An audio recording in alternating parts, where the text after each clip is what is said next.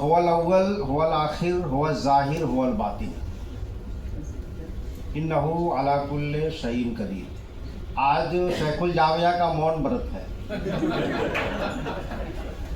जब से मैं जामिया आया हूँ मेरी पूरी कोशिश है कि इंडियन लैंग्वेजेस और फॉरेन लैंग्वेजेस को कैसे हम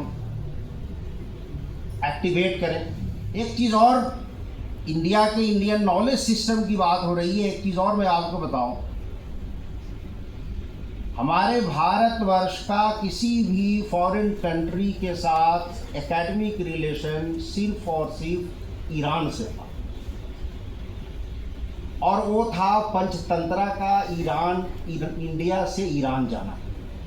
इससे पहले अभी तक कोई सोर्स हमारे पास नहीं है। इससे पहले एक और सोर्स है, जब यूनिवर्सिटी ऑफ जुंदिशापुर में जो ईरान में है और हमारा जो तक्षशिला यूनिवर्सिटी है, इसमें एकेडमिकली MOU हुआ था। ये सब एकेडमिकली प्रूफ्ड है।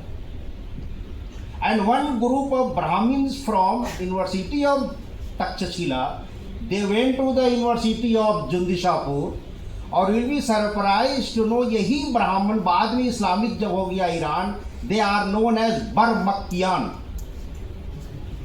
और बरमक्कियान की हिस्ट्री आपको पता है, 400 साल तक they rule over the Islamic state, और 400 साल तक इसी फैमिली का प्राइम मिनिस्टर होता रह गया। वही फैमिली जो तक्षशिला से जुंदिशापुर गई थी, एंड व्हेन इस्लामाइजेशन हुआ ईरान का, दे आर नोन एज बरमक्कियान। अगर आप गूगल करेंगे बरमक्कियान, पूरी की पूरी 400 ईयर्स तक कोई भी प्राइम मिनिस्टर इनके फैमिली के साथ नहीं हुआ। ये रिकॉर्डेड है। आप किसी भी पर्शियन बुक में आप चाहे हो, आप तब्कात नासिरी में भी इसकी थोड़ी सी रेफरेंसेस मिलती है, तारीख तबरी में भी इसकी रेफरेंसेस मिलती है, आप उसको देख लें। और पढ़ने के साथ जामिया जाना जाता है, तालीम के साथ तरबियत बहुत ज़रूरी है। खामोश है दिल भरी महफिल में चिल्लाना नहीं अच्छा, अदब पहला करीना है मोहब्बत के करीना।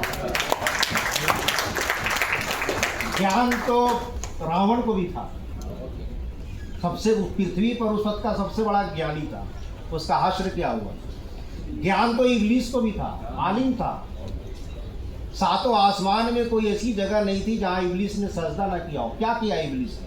थोड़ी सी बदतमीजी कर दी, थोड़ी सी बेहूदगी कर दी, उसका हश्र क्या हुआ। इसलिए हमेशा बोलता हूँ, आलिम प्रश्न करता है, आशिक प्रश्न नहीं करता।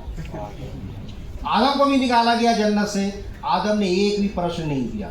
शैतान ने 1001 प्रश्न किया कि मैं कहाँ जाऊँ, कहाँ रहूँगा, क्या खाऊँगा, मैं ये करूँगा, वो करूँगा।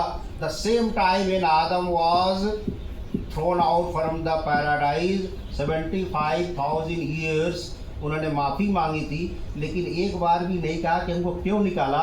द रीज़न इज़ दैट आदम आशिक थे, शैतान आलिम था।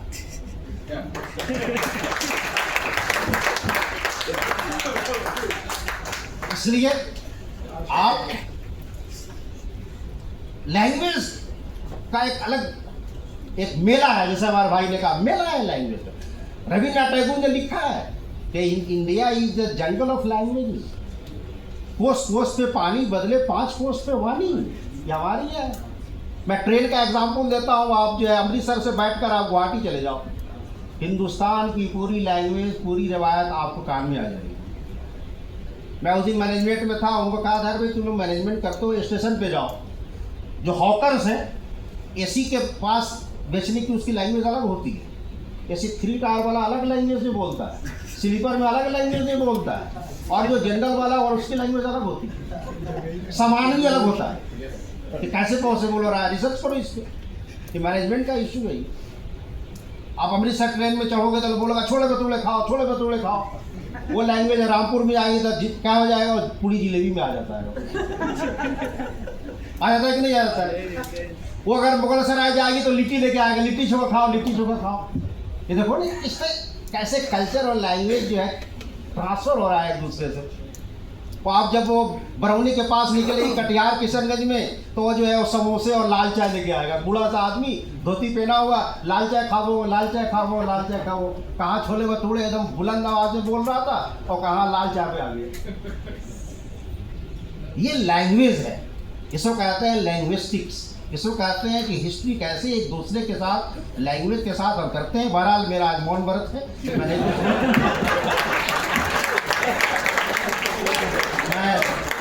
मैं कुछ नहीं बोलूँगा। बट हमारे दो बहन हमारी आई हैं, हमारे भाई हैं, उनको मैं इंश्योर करता हूँ कि जामिया में इंशाल्लाह अब जितनी भी भाषाएं हैं सब पे हम काम करेंगे, सबकी तरक्की करेंगे और चाहेंगे जितने भी मैक्सिमम लैंग्वेज हो सके हम उसको इंट्रोड्यूस करेंगे। सर्वे भवन्तु सुखिनः, सर्वे सन्तु निरामयाः।